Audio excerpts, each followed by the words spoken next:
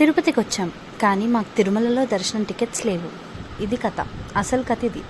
మాదేంటి, మేమేమి అనుకున్నాం, అల్పిరి మెట్లెక్తంగా టికెట్స్ ఇస్తారులే, ఆ టికెట్స్తో దర్శనం చేసుకోవచ్చు అనుకున్నాం.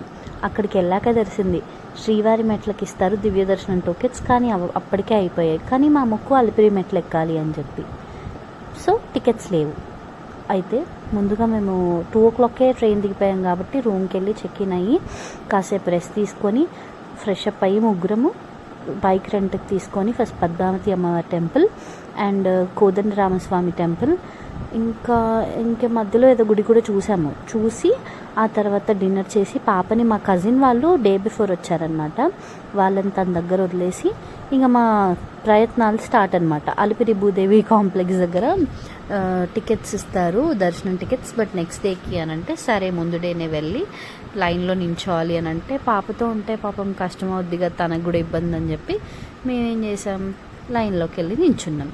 అగగదలరు అమ్మో ఎంతమంది జనము, అసలు టికెట్లు లేకుండా ఇంతమంది వచ్చారంటే సాహసం అనే చెప్పాలి, మాకు పెద్ద సాహసం అని చెప్పాలి. ఆ లైన్లో నా కాలు ఒక 5-6 సార్లు దొక్కుంటారు. అంతసేపు నించున్నాం, అంతసేపు ఉన్నాం. ఫైనల్లీ ఆయన దర్శనానికి మాకు టికెట్స్ దొరికాయి.